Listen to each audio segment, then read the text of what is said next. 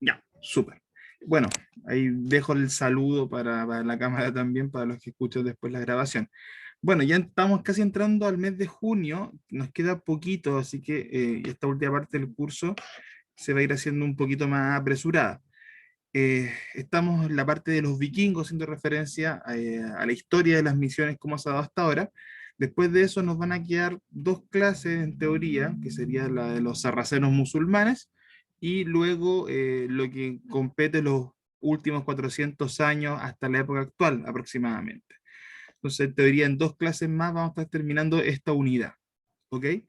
Luego de eso, lo que nos queda de semestre, voy a condensar, porque el tiempo no nos va a dar, voy a condensar un poquito de la tercera y la cuarta unidad.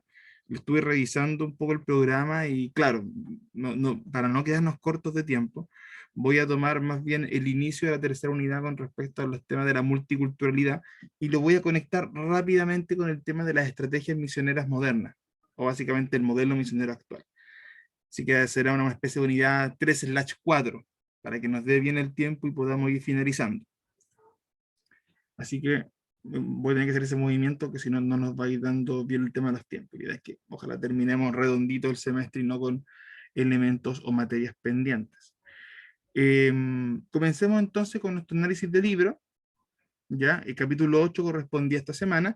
Capítulo 8 es un capítulo, a mi parecer, yo creo que comparado con los que hemos leído antes, más como de transición, en el sentido de que es un poco una conexión de muchos elementos de los capítulos anteriores, o sea, cómo está evolucionando el ministerio de las misiones indígenas, y respecto, y más bien profundiza, creo yo, en la psicología o la espiritualidad, mejor dicho, del pueblo norteamericano. Y es bien interesante en general cómo va tocando mucho la importancia que le da el pueblo norteamericano a las misiones y a la realidad de otros países. Y el desafío de él como predicador, como misionero, de cómo lleva el mensaje. Hay una reflexión del capítulo que a mí en lo personal, y me hago yo cargo, me hizo mucho clic cuando lo leí. Fue como, oh, quedé con esa sensación un poquito que todos hemos tenido en algún momento, cuando hacía esta reflexión respecto al modelo misionero social,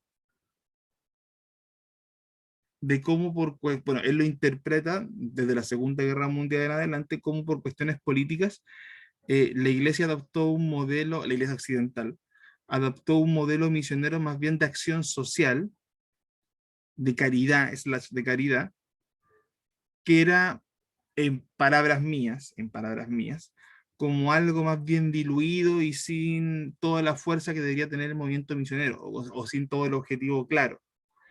Lo cual me llama mucho la atención. Ustedes saben, y no lo oculto, yo soy una persona muy, no muy, pero sí con la tendencia de que la iglesia debe involucrarse más en esa área, y lo mantengo. Pero sí no pude evitar que me hiciera clic ese tipo de comentarios, porque claro, una cosa es la ayuda social que es necesaria y que la iglesia sea parte de eso, lo creo yo. Y otra cosa muy distinta que no debe mezclarse eh, es justamente el rol de la predicación. Y como a veces con todas las buenas intenciones que uno puede tener con el apoyo social, por ejemplo, pero se nos olvida la parte del evangelio, que no debería ser así. Así que por lo menos esa parte a mí, personalmente, me hizo un clic bien interesante y me dejó dando vuelta por lo menos este fin de semana respecto al capítulo. Ya, listo, hice mi mini resumen. Dejo micrófono abierto, un par de comentarios, ojalá no más de 10-15 minutos para que podamos aprovechar el tiempo.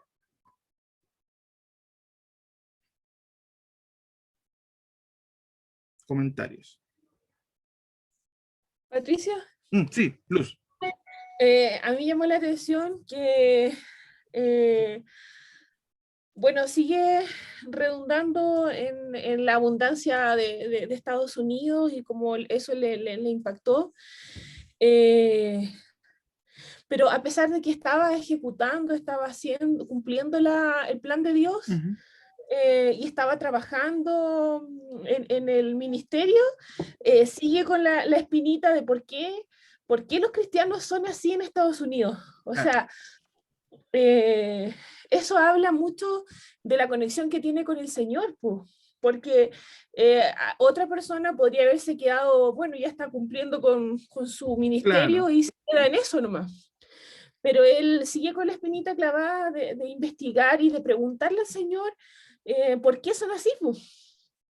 Y, y la respuesta de Dios también que le da eh, es súper drástica, eh, porque habla de juicio para Estados Unidos por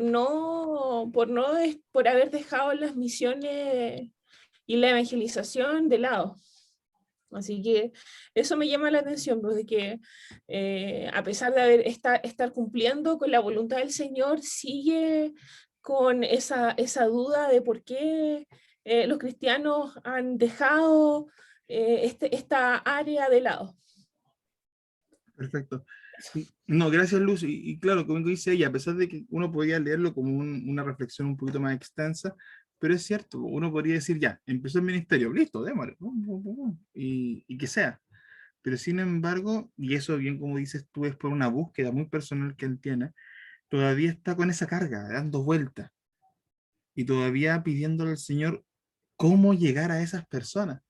Ni siquiera conforme porque Dios ya lo ha bendecido y eso los capítulos anteriores se encargaron de reforzarlo mucho, pero sin embargo, con esa, como tú bien usaste esa expresión, esa espina clavada.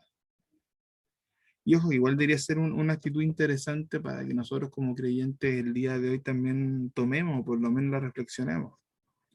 No quedarnos tranquilos, en el buen sentido de la palabra, sino de seguir clamando, seguir buscando, y esas pequeñas dudas o cosas que no nos dejan tranquilos en el proceso, seguir clamando por ellas. Porque a veces nosotros mismos nos conformamos, como que pensamos que ahí quedó, listo, y ya podemos seguir avanzando, seguir trabajando, pero Dios tampoco quiere eso. Sí, y eso también lo podemos ver en nuestras propias iglesias, pues, o sea, Claro. nosotros sabemos que nuestras iglesias todas son diferentes y que todas en algo fallamos. Nos equivocamos, los líderes, nuestros pastores a veces cometen errores eh, y podríamos dejarlo pasar o podríamos tener la actitud como tuvo este misionero de preparar por esas inquietudes o esas cosas que pasan y que a nosotros nos producen como un sabor amargo de repente. Claro, esa es la expresión, ese como sabor amargo, que sabemos que algo falta, que sabemos que algo no nos deja totalmente tranquilos y en paz con el tema. Bien, ¿alguien más quiere comentar para complementar o agregar algo? Bien, Luz. Jessica. Sí, mira, a mí me llamó harto la atención. Bueno, es muy importante cuando estamos leyendo. Yo cuando leo como que me imagino la situación, ¿ya? Y me llamó mucho la atención la escena que él cuenta cuando se iba al cielo, lo que le iba a pasar, que iba a ver, no sé, a los hombres de Dios, que, Mm. que la gente lo aplaudía, mucha gente que él no conocía lo aplaudió, lo honró. Y yo me ponía en el caso de él y fue bien impactante, a mí me impactó porque a veces cuando nosotros estamos haciendo misiones o cuando estamos predicando la palabra, a veces no dimensionamos el alcance de la palabra del Señor, no lo dimensionamos, o sea, pensamos ya a la persona que estamos mirando, a lo mejor ellos están escuchando el mensaje, pero a veces eso traspasa mucho más. Claro. Entonces, eso me llamó la atención pues, y cómo la gente le agradecía por su esfuerzo, por sus lágrimas, por su sacrificio, que gracias a todo eso ellos pudieron escuchar el mensaje y haber conocido al Salvador. Entonces, eso a mí me impactó porque, como te decía, a veces no dimensionamos el trabajo que Dios nos demanda hacer. Pensamos que ir a predicar, que es algo así tan liviano, pero no pensamos que estamos salvando almas, estamos salvando, rescatando vidas del infierno.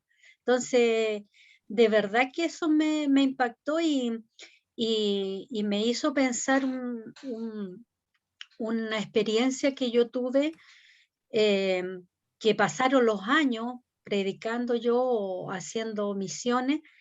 Era una persona, un niño, y pasaron harto tiempo y ahora ya con 15 años, 17, que a veces uno ni se acuerda de las personas, me mandó un mensaje y me dijo, gracias porque cuando usted hizo esto, esto, y de verdad que a veces uno ni se acuerda, no me acordaba ni siquiera el momento, nada, nada, ni siquiera de la persona, pero yo veo ahí el poder de la palabra de Dios, que solamente somos instrumentos de Dios y que el Señor nos utiliza. Entonces eso me impactó, que la palabra que nosotros estamos dando, somos un instrumento de Dios y Él es el que hace la obra, no somos nosotros, el Espíritu Santo el que toca, el que conmueve, el que salva. Entonces, eso fue realmente lo que me impactó de esto. Así es. Mira, es interesante lo que toca Jessica, que yo creo que el ejemplo que toca el autor es bien interesante, porque, bueno, lo explica de una manera más bien gráfica, entendible, de cómo esas acciones que a veces ni siquiera nosotros podemos ver la consecuencia, las hacemos con fe, tienen una consecuencia que a veces no podemos entender. Me hace acordar un poco a la parábola del sembrador. Al final, uno no sabe si va a recoger la siega, si va a sembrar, si va a regar. Tú no sabes eso. Tú tiraste nomás la semilla. Alguna cayó en buena tierra, otra cayó en roquerío, pero es interesante. Y también nos tiene que tener muy alerta respecto a que, y me acuerdo un poco una historia que contó Pablo una vez, hace unos meses atrás, eh, de que siempre tenemos que estar alertas para predicar, cuando contaste esto lo del niño del bus, que siempre tenemos que estar alertas, porque no sabemos en qué instante Dios puede ser que nos use, o siquiera sabemos sin darnos cuenta cómo Dios nos está usando. Y hermano René, al tiro de la palabra. Un ejemplo rápido. Me pasó cuando bueno, yo había estado en otra iglesia antes de llegar a la cuadrangular donde estoy yo y con el pastor Alberto. Y en esa iglesia yo estuve en el periodo de mi colegio, más o menos de segundo medio hasta cuarto medio. En esos años fue donde estuve en mi primera iglesia. Eh, Enseñanza media, yo nunca fui un cabro rebelde, desde antes de ir a la iglesia, ojo, yo era bastante tranquilo, era niño otaku, era su poquito de bulla. Entonces, no tuve como ese cambio radical que uno espera, como cuando uno se convierte hacia el cristianismo. No, ese no es mi caso, hay otro tipo de testimonio, pero no eso de que es tan visible. Ahora, ¿por qué voy a ese ejemplo? Eh, Pasa la enseñanza media, y ya salí y todo, tenía mis amistades con las que conversaba después, todo, pero un grupo reducido, como uno tiene ciertos amigos nomás que perder. Pasaron como 2 años que estaba en la universidad, ya estaba en la iglesia cuadrangular, ya había hecho el cambio. eh, Como que no es que es importante, no estaba esperando a mi antigua iglesia, pero ¿qué iglesia? No es relevante este relato de la iglesia. Otro día pelaremos a la iglesia, no, mentira. No, ya estoy en paz con ellos. ¿No? Pero ya me había cambiado. Y el asunto es que, digo, pasaron unos 2 años y tanto, y me contactan por redes sociales una persona, una chica, que era de mi colegio, en la época que yo estaba recién conociendo al Señor, esos primeros años. Eh, no éramos amigos, nos ubicamos obviamente, no había mala onda, si la veía le iba a saludar, no, persona de paso, pero nunca entablamos ni siquiera una conversación seria en toda la enseñanza media, menos predicarle, olvídense. Eh, entonces me contactó por Facebook. Uy, no, ¿cómo estáis? Bien, conversamos un rato. Uy, te vas de misa, si me acuerdo de ti, eso. Eh, y me dice, oye, es que te quería hacer una consulta. ¿Qué pasa? Tú vas a una iglesia, ¿verdad? Evangélica, me dice. Sí, pues le comento, no, voy acá de parte. ¿Por qué la duda? Yo sin saber la historia de ella, más allá de eso. Y me dice, no, lo que pasa es que estoy buscando iglesia. ¿Ya? ¿Qué onda? Y bueno, me cuento un proceso ahí de trato que el Señor estaba teniendo con ella. Y es interesante porque el Señor no la trató como desde la oración de fe, sino que la trató desde la inquietud. Ella había sido católica durante esa época y estaba con la inquietud, porque no encontraba al Señor, no estaba, como uno puede decir, sintiendo al Dios vivo. Entonces, La lógica, o sea, no la lógica, sino que en esa búsqueda se acordó que yo era cristiano. Y eso yo nunca le prediqué nada. Se acordó del testimonio que daba, se acordó de tal, y cosas que ni yo me acordaba que había hecho, ni ya yo me acordaba. Y sin embargo, el Señor usó eso para que llegara a los caminos de Él. Y de hecho, hasta el día de hoy, ella se sigue congregando con nosotros, con su hija, su esposo ahí llegó mucho después, porque ella era casi caso joven, en todo un tema. Entonces, a veces hay tantas cosas que nosotros no sabemos que estamos haciendo, pero las estamos haciendo. Acá cuando ponía lo que decía Jessica con respecto a este ejemplo, cuando uno está ofrendando a una causa, sea misiones extranjeras, indígenas, acá mismo en Chile, tal vez a una obra que está haciendo la iglesia en X lugar, cuando tú estás ofrendando al reino, voy a decirlo así, no sabemos el efecto que eso está teniendo. Cuando damos un testimonio, cuando actuamos de una forma distinta a la que el mundo actúa, a veces cuando oramos frente a alguien, la gente se extraña mucho cuando eso pasa. O sea, y obviamente cuando le hablamos directamente a alguien, es lo principal. Pero a lo que voy es que siempre podemos ser de bendición con todo lo que hacemos, con todo lo que decimos. Así que cuando la hermana decía este ejemplo era como, wow, ¿cierto? Ese hombre que llegó al cielo y se encontró con toda la gente que de una u otra forma había bendecido con un gesto tan sencillo como el de aportar económicamente algo. ¿Cómo sería otro caso si una persona hubiera hecho otro tipo de gesto? Aquí esto no es un tema de dinero, pero sí lo importante, que todo lo que hagamos lo hagamos para el Señor, porque no sabemos si alguien nos está escuchando, si alguien nos está viendo, si alguien nos pone atención. ¿Ya? Ahora sí, René, perdón, te había quitado la palabra. Bueno, por mi parte, yo como un poco entiendo al misionero acá, ¿ya?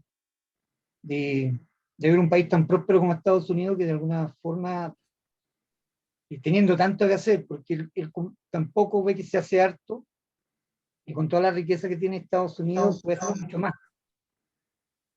Como, es más bendecido Estados Unidos como para hacer mucho más. Entonces dice, ¿qué pasa, digamos, con esto? ¿Por qué no se dan cuenta, no se percatan? Eso es entendible, pero por otro lado me llama la atención, aquí estamos más o menos, menciona la década del 50 en algún momento, con los temas De que los pasa, efectos posguerra. claro, y a nivel mundial, claro, la guerra 1945, 1950, y a nivel mundial, digamos, hay países que destacan por su pobreza, y en esa época, Chile es muy similar a Haití, Sí, ¿ya? Y véanlo ahí, compárenlo, vean la estadística, Chile está a la par con Haití, si es que no está más abajo. de hecho sí. La pobreza es tremenda en Chile en esos años, los 50. Y hay un cambio, un quiebre rotundo. Y yo insisto, a mí me llama harto la atención, porque si Chile tenía esa calidad de Haití, ¿cómo salió de ahí? Entonces, hay algo que es fundamental, que empieza con la prédica en las poblaciones más marginales. Acordémonos que los evangelios, los primeros evangélicos, estaban, digamos, focalizados en lugares pobres, se miraban como personas de segunda, tercera calidad. Y ahí empieza un movimiento, digamos, bien humilde, pero constante y eficaz. Pero paralelo a eso, hay otro fenómeno en Chile que es interesante un poquito más adelante, que se dan cuenta del tema de la desnutrición, que es fundamental para que un país, digamos, se desarrolle. ¿Y por qué cuando hablamos de la desnutrición hablamos de las personas? O sea, la verdad, ¿y por qué digo esto? Porque la India es muy pobre. Entonces, no me queda la menor duda que si focalizamos y vemos cómo la desnutrición infantil en India debe ser tremenda, como lo era en Chile. Cuentan que le ponían porque no habían equipos tan tecnológicos en esos tiempos, los 60, 64, cuando ya estaban trabajando este tema, le ponían ampolleta a los niños en la cabeza y la cabeza alumbrada como ampolleta porque no tenían masa encefálica, producto de la desnutrición. Entonces se dieron cuenta y se percataron de que desde muy pequeño había que atender a los niños, y que los niños necesitaban estar en un lugar que no fuera tan tóxico. Y Chile tenía cualquier cantidad de pozos negros, eran comunes los pozos negros en Chile. La energía eléctrica no las tenían. Y empieza una campaña con casetas sanitarias, y empieza una campaña también de que siguen desde el nacimiento de la guaguita, y una así como una tarjeta de invitación que le daban la leche. Y que la leche que regalaban era la misma leche que se vendía afuera. Por lo tanto, era un gancho, pero el gancho iba más profundo. Era para empezar a ver al niño de pequeño hasta su desarrollo. Y ese proceso, los niños fueron pasando la educación básica, siguieron creciendo la media, y hoy día tenemos un recurso humano en Chile que es potente, porque Chile no es rico. Chile tiene cobre, comparado con los países, por ejemplo, con Bolivia, es sumamente rico Bolivia comparado con Chile, Perú, la cantidad de minerales que tiene, también tiene océano. Argentina es tremendo, eran los graneros del mundo. ¿Y cómo Chile destaca acá? Como que era tan pobre como la India, ¿verdad? ¿Cómo destaca? ¿Qué pasó aquí? ¿Cuál fue el gran cambio? Uno, la evangelización. A mí no me queda la menor duda cómo crecen los cristianos, cómo la palabra se fue sembrando y fue, digamos, usted dice, cae en buena tierra, ¿verdad? Y cómo la palabra fue cayendo en buena tierra, pero la buena tierra había que prepararla. Y se preocuparon de algo tan sencillo como los niños, el recurso humano, hasta hoy día. Hoy es increíble, si ustedes averiguan, todos estos jardines infantiles que están con la UNAED, ¿cómo se llama? La Junji. Y todavía están recibiendo alimentos, y los alimentos van allá, digamos, personas especializadas, ven que el alimento esté en las condiciones, todavía se preocupan de los chiquillos, en la básica, en la media, los textos que da el gobierno. Pero esto no es de esta década, tiene un par de décadas atrás y de allá y viene. Pero ¿cuál fue el resultado de esto? Hoy día tenemos recursos humanos en Chile que es apto para recibir todo este tema de las tecnologías. Hoy día cuando toman a los alumnos de quinto año, que están terminando enfermería, que están terminando, no sé, por toda la área de la salud, entran a vacunar, entraron a trabajar los chiquillos. Pero los chiquillos no solamente cumplen con la parte técnica, sino que además están con un computador ingresando los datos, no tienen secretario, no tienen especialistas. Ellos mismos tienen las capacidades y las competencias como para hoy día ser líder, por ejemplo, en vacunación a nivel mundial. Entonces, ¿qué pasó con Chile? Si estábamos como Haití y quizás como la India del relato. Y esto cambió. Entonces, hay una parte importante que es cómo ha crecido el Evangelio. Si usted ve, se da cuenta, el Evangelio ha crecido, hay más evangélicos en Chile, las generaciones evangélicas hoy día son más preparados, cambió, y Chile es más preparado. Y yo, cuando mira el hermano, el misionero, mira la desigualdad tremenda que hay, pues hablamos de $1, $3, lo que ganan en algunos países, a lo que se gana en Estados Unidos, y cómo gastan, digamos, en esto, en un crucero, cómo gastan en cosas que no aportan. O sea, si se supone que uno tiene la palabra del Señor, si uno tiene el recurso lo va a compartir. Pablo dice, de acuerdo a lo que es bendecido, y ahí está la misión y tanto que se puede hacer, y la gente cae en un conformismo. Entonces, Estados Unidos está en la otra parte de la curva, que hacia abajo, me da la impresión, llegó un desarrollo y perdió esa noción. Chile va en la lucha todavía, porque todavía estamos ahí dándole barriga, pero salió de ese lugar donde está. Entonces, me da la impresión, un poco al margen de esto, yo pienso, tanta desigualdad que hay en estos países subdesarrollados, si el tema está ahí, pues, con el recurso humano, con las personas. Si nosotros lográramos, digamos, hacer lo que se hizo en Chile, averigüen, esta historia es reinteresante, indaguen lo que estoy conversando, lo que estoy comentando, y lo están copiando en Argentina, alaban este modelo porque tienen la escoba con el tema de la desnutrición infantil. Pero vean el logro que hay acá, porque en Chile se logró. Y hoy día muchos se preguntan cuál es el secreto de Chile, ¿dónde está el secreto de Chile? Y es el recurso humano. Si no tenemos cobre, pero Bolivia tiene cobre, tiene oro, tiene estaño, Perú también, Argentina es riquísimo. ¿Qué pasó? Porque Chile destaca. Entonces hay un cambio. Y a mí me da la impresión ahí de que, por ejemplo, India puede cambiar, pero hay un tema de preocuparse de quién, de la buena tierra, del recurso humano. Es un poco lo que me hace reflexionar con lo que vivo ya contemporáneamente, con lo que se comenta y con lo que veo acá en el relato. Porque acá veo diferencias. Hoy ya estamos hablando de la desigualdad. Y hay desigualdad tremenda, donde gente muy humilde allá en la India les cuesta mucho subsistir, viven pensando que van a comer en el día, mientras que en otras partes del mundo se genera más recursos para alimentar animales, etcétera. No como hay. Eso, mi hermano, no quiero explayarme más, pero eso es lo que me deja este relato.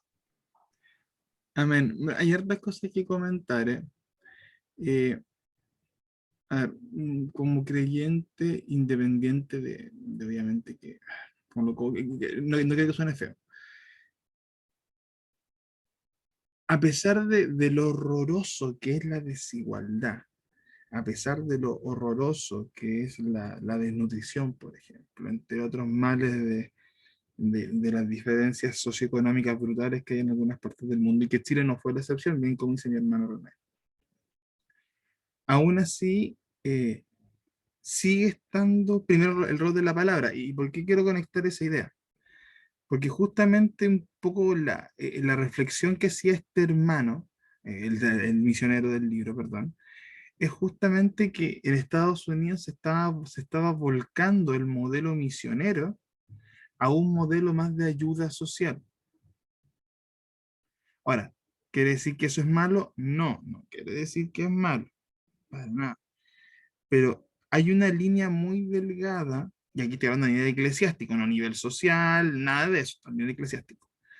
Pero es muy delgada la línea en la que uno tiene que cruzar para no desviar el mensaje a solamente una actividad social, que no es mala, todo lo contrario. De hecho, y con esto lo dice mi hermano René, no solamente en Chile, a nivel histórico, cuando el año pasado revisábamos las consecuencias por reforma, la reforma luterana, veíamos cómo muchos países tuvieron un empujón, un subidón, y esos países eran los países cristianizados: Inglaterra, Suecia, Alemania.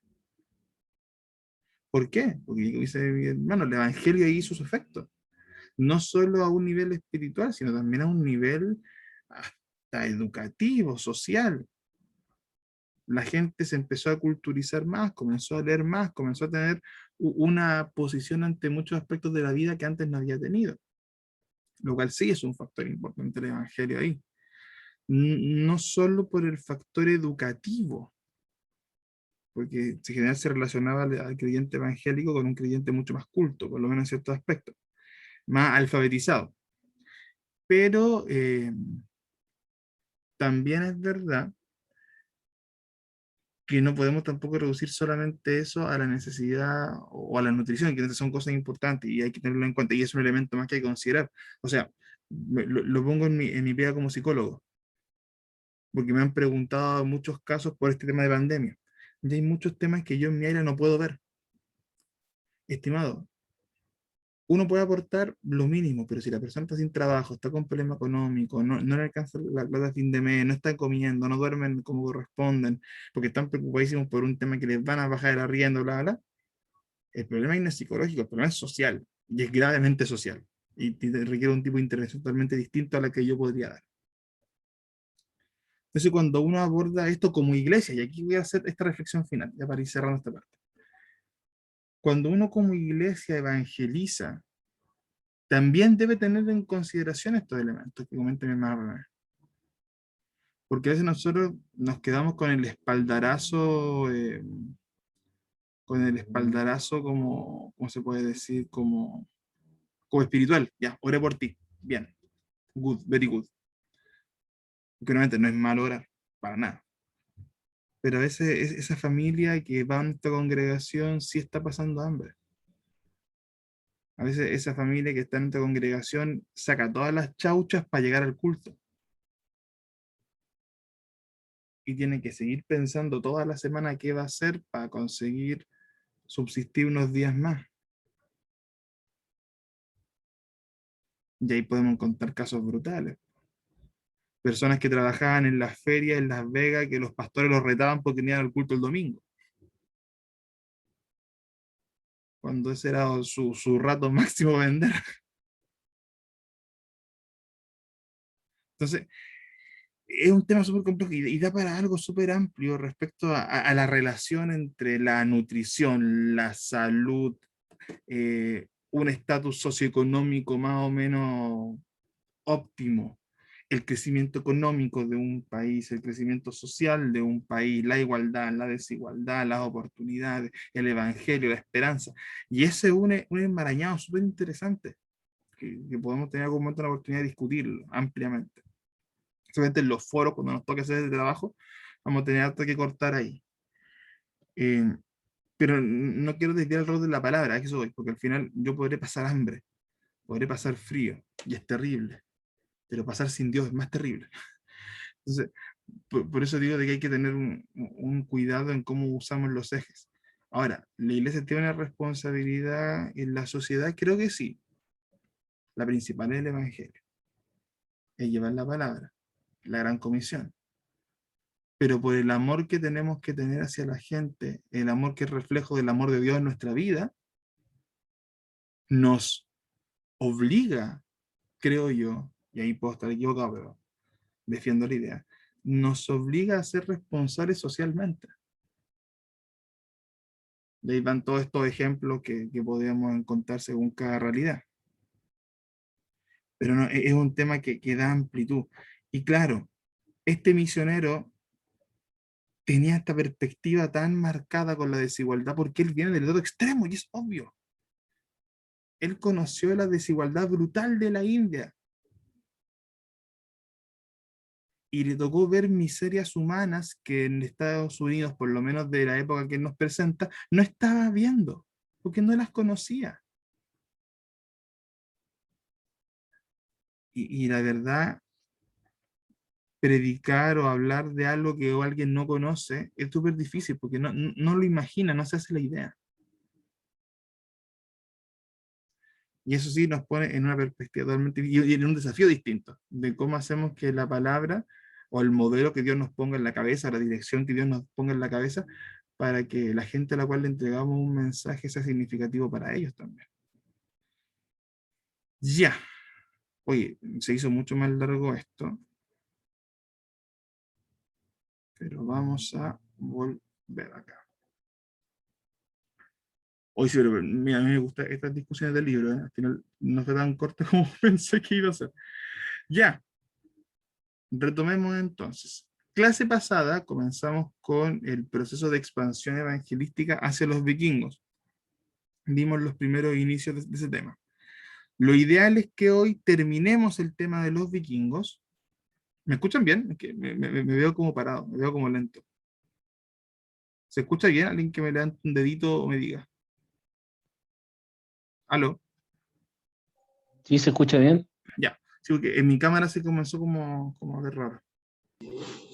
Sí, hermano Patricio, se escucha bien. Ya, muchas gracias.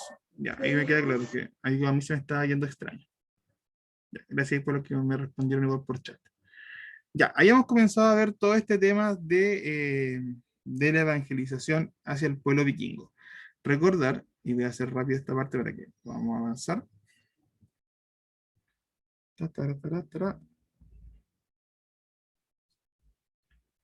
Ya, esta es la clase número 7, ya está enviada a su correo, así que estamos ok con eso. Si alguien no la tiene, me avisa y lo reenvío, pero esta se envió la semana pasada. Ok, clase número 7, Historia y Teología de las Misiones. Estamos trabajando en el periodo de la expansión vikinga, que, como habíamos revisado, está dentro de la clasificación de las 10 eras misioneras, del texto del manual de misiones, aunque también les comenté que no toqué las primeras 5, sino que me centré en la época después de Cristo. Ahí hemos trabajado con la expansión romana, la expansión bárbara, y es que nos encontramos en la tercera, que es la expansión vikinga. Ahí hemos hecho un poco de contexto la semana pasada respecto a lo que fue Europa principalmente después de la caída de Roma. Cómo fue el proceso de los bárbaros quienes, aunque en un comienzo se mostraron como enemigos brutales y radicales de la fe, también es verdad que de una forma bastante menos complicada de lo que podría haber sido, adoptaron la fe cristiana. Fueron bastante receptivos en ese sentido, por lo menos en muchos lugares, algunos con más o menos complicaciones. Eh, pero a pesar de que hubo un muy buen avance con los pueblos bárbaros en los primeros siglos después de Cristo, es también verdad que Europa y la iglesia fracasa en las zonas más bien periféricas de Europa, principalmente en la parte del norte. ¿Ya? Los pueblos que hay son los pueblos escandinavos. Los pueblos escandinavos son los que básicamente construyen lo que hoy conocemos como los vikingos. Mientras Carlomagno estaba en el proceso de unificación de Europa, estos pueblos escandinavos, estos pueblos al extremo norte que habían sido, digámoslo así, abandonados, no abandonados, pero que no se había podido llegar a ellos todavía, se levantan como una amenaza potente, una amenaza radical a la fe, a modo de invasión. Habíamos hablado un poco de lo que significaba la palabra vikingo, aquí voy a ir un poco rápido, esto lo vimos en la clase anterior, que tiene diferentes acepciones en su definición, pero tres elementos que se repiten: la idea de bahía, o relacionado con lo que es mar, puerto, una expedición o ir de expedición, y otra acepción lo llama como si fuese un pirata, un saqueador. Pero si combinan por lo menos las palabras más comunes a la hora de buscar definiciones, calza bastante bien con la naturaleza del pueblo. Esta idea de ser personas que amaban la exploración, que amaban la idea de llegar a nuevos mundos, pero que también eran seres violentos, eran seres que eran expertos en pillaje, en saquear, en la guerra. O sea, más que expertos en la guerra como tal, eran expertos guerreros, eso sí.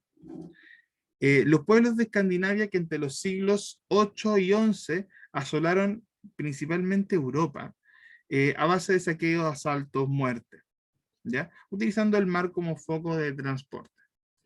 Nunca fueron un grupo uniforme, y eso es verdad, cuando uno se mete un poco a estudiar la historia vikinga, nunca fue como una gran nación, sino que eran diferentes tribus repartidas, como les digo, principalmente al norte de Europa. La vez pasada mostré un poco este mapa, que era un poco entender cómo las áreas que están en verde son las áreas donde el efecto vikingo se notó más, que son en su gran mayoría áreas costeras, aprovechando justamente su movilidad por ese tipo de zonas. Ahora, aquí es donde nos quedamos, así que voy un poquito más lento acá. Hablando un poco de la sociedad y cultura vikinga, para entender el contexto que nos lleva a la parte misionera, lo decía recién, exploración y el mar. El pueblo vikingo era un pueblo que eran viajeros, que estaban relacionados a la navegación íntimamente. Eran guerreros brutales, como les decía, más que guerreros tácticos, como los romanos, que eran mucho más estratégicos, que eran mucho más inteligentes en el arte de la guerra. Los vikingos no eran eso, eran guerreros bestiales, pero no eran, o por lo menos en un comienzo, no eran avanzados o tecnológicos o estratégicos, eran bestias. Y dentro de su cultura está la idea del Valhalla como una meta. Yo había explicado la semana pasada el principio del Valhalla, como este lugar, esta gran mesa donde los guerreros muertos en batalla iban a ser recibidos por Odín. Y como para el vikingo era una meta morir en batalla, y en una batalla ojalá sangrienta, ojalá en una batalla brutal, ojalá en una batalla que implicase la mayor agresión posible. Para eso, o sea, ese tipo de muerte para ellos era un honor. Entonces eran guerreros que no les importaba la muerte, que no les importaba tirarse de cabeza hacia los enemigos, ni siquiera la derrota.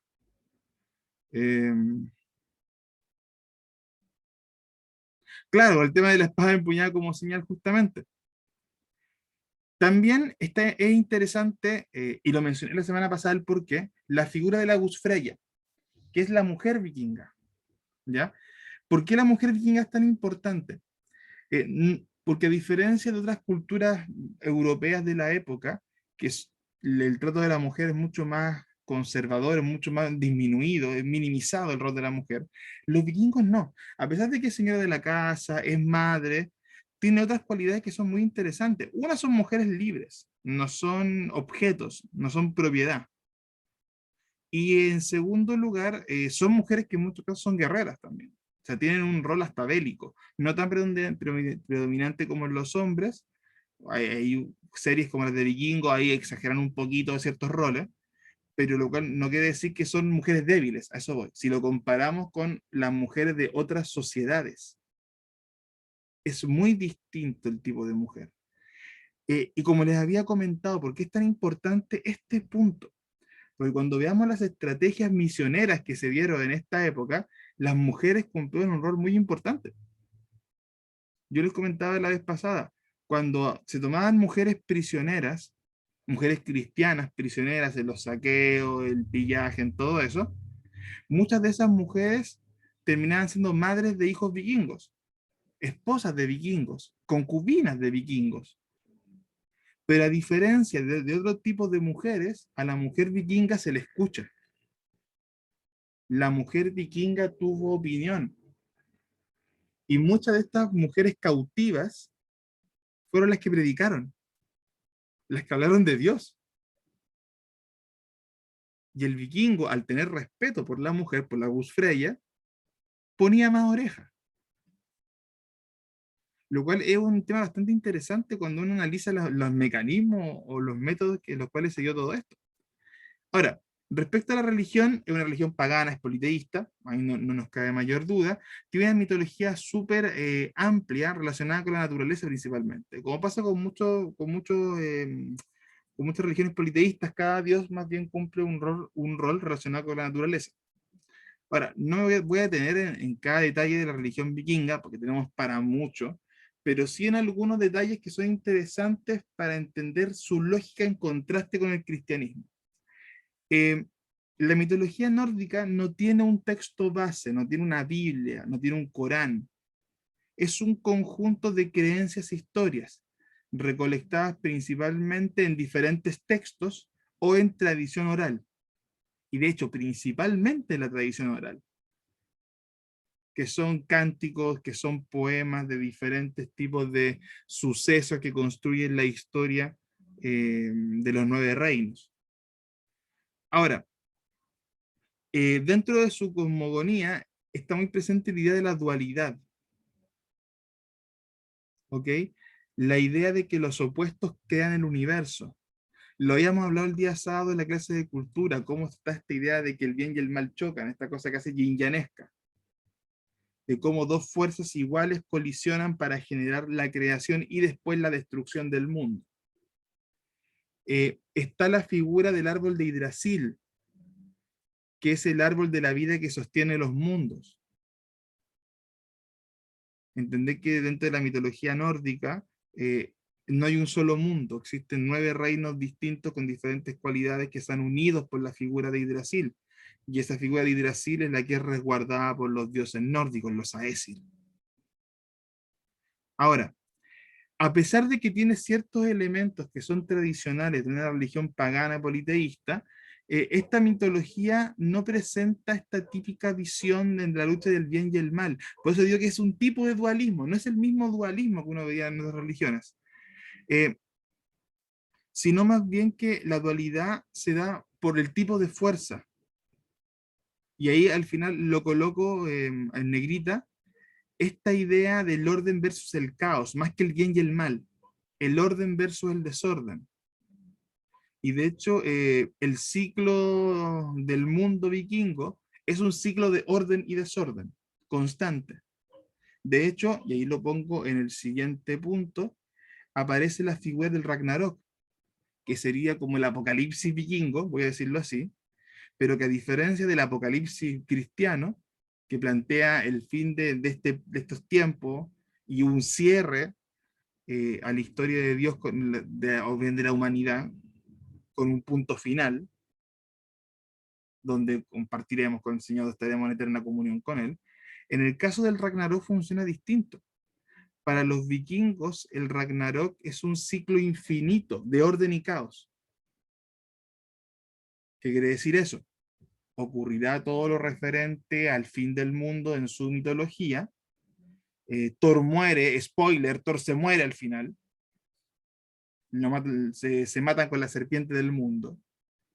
Pero el mundo no termina, sino que los supervivientes humanos y los supervivientes de los dioses nórdicos que quedan después del Ragnarok recrean otro mundo, y el ciclo vuelve a repetirse en un ciclo infinito de orden y caos. ¿Por qué es tan importante esta dualidad o realidad? Porque para los vikingos era muy chocante el cristianismo, porque lo consideraban como una fe débil, por los conceptos que tocaba: la misericordia, la paz, el amor, el perdón. Un Dios crucificado, muerto, no en batalla, muerto humillantemente. Entonces, no solamente teníamos un choque de creencias, un choque de tradiciones, de cultura, teníamos un choque de fe muy potente y una visión de poco respeto hacia el cristianismo. A diferencia de los bárbaros, que tuvieron buena relación con los misioneros y un cierto respeto a la fe cristiana, los vikingos no. Los vikingos en un comienzo la aborrecían, porque era muy opuesta a la visión nórdica de lo que son los dioses, el rol que cumplen los dioses y el rol que cumple el ser humano. Y ahí vuelvo al punto del Valhalla. Cómo sus dioses, Odín, los iba a esperar en el Salón de los Caídos para prepararse para el Ragnarok. O sea, si yo moría en batalla violentamente, poniendo todo hacia mis dioses, me quedaba una batalla más, que es la del Ragnarok. Entonces, es una cosa bien interesante cuando uno analiza la cosmología que tiene el pueblo vikingo respecto al mundo y cómo funciona. Como les dije, una mitología muy rica en muchos tipos de elementos, sentidos, nombres, dioses, reinos, pero que a la vez tiene algunas cosas que son interesantes a la diferencia, como lo hablábamos un rato con esta idea del Ragnarok y el ciclo infinito, o la idea del orden versus y el versus del caos, esta lucha constante. Ahora, no me voy a meter tanto en la profundización de eso, porque ya es un tema más denso, pero por lo menos para que tengamos una visión general de cómo era distinta la visión que tenían ambos pueblos, y considerando el tipo de pueblo vikingo, el choque que estos tuvieron. Me quedo con una frase del señor Martin Whitlock, que es autor del libro que les dije yo que me gustaba mucho y que lo quiero comprar, Los vikingos de Odín a Cristo, y me quedo con un fragmento. Hay pocos grupos en la historia que hayan tenido más impacto en el imaginario común moderno que los vikingos. Sus peripecias han sido abordadas en textos académicos, libros de historieta, novelas, cómics, documentales, películas, que han pretendido mostrarlos comillas, tal y como él. Imágenes publicitarias, eslóganes, novelas de ciencia ficción y cintas vagamente basadas en la mitología nórdica, lugares de visita y hasta recreaciones en vivo. Quiero llegar con esto, que a pesar de que los vikingos tuvieron un apogeo relativamente corto en la historia, porque 300 años a largo plazo es relativamente poco tiempo, fueron un pueblo que marcaron mucho. Y nuevamente, volvemos al tema de los valores, la mitología tan rica en elementos que tiene, y ciertas diferencias que lo hicieron destacar a otros pueblos de la época. Ahora, de hecho, si ustedes, como bien mencionaba el texto recién, va a encontrar mucha influencia vikinga, por lo menos en cosas de la tradición, desde los que somos fanáticos de Marvel y crecimos con Thor, hasta los que son unos añitos más atrás y crecieron con Asterix. O los que son más modernos y más paganos y no lo quieren confesar y vieron Vikingos de History Channel. O los que son un poco más ñoños y jugaron el juego de Super Nintendo Los Vikingos Perdidos, pedazo de juego, paso el dato, de los mejores juegos de Super Nintendo, ese es. Lo pongo como un detalle. A lo que voy es que tenemos muy presente la cultura vikinga, por lo menos en el imaginario general. Ahora, habiendo entendido, por lo menos a grandes rasgos, porque aquí podríamos estar todo el día hablando de los vikingos y hablando de cómo son como pueblo, pero entendiendo un poco lo más general de cómo se constituyen, vamos a hablar un poco de la expansión, básicamente cómo fue el periodo misionero que hubo en este tiempo. Claro, los Ragnar y todo eso. Hoy no paréntesis, cuento una historia muy corta y divertida.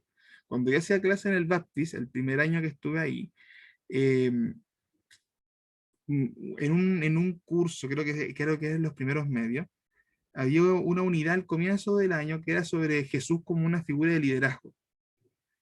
Entonces, ya pues, comencé a hacer la unidad y todo. Y para hacer el trabajo evaluado dije, "Ya, en mi manera tonta de pensar, rétenme después, me amenazan después, me queman la casa después". Yo decía, ¿cómo hago un trabajo que les gusta a los cabros sobre liderazgo con Jesús? Pues entonces como que no cuadraba, costaba.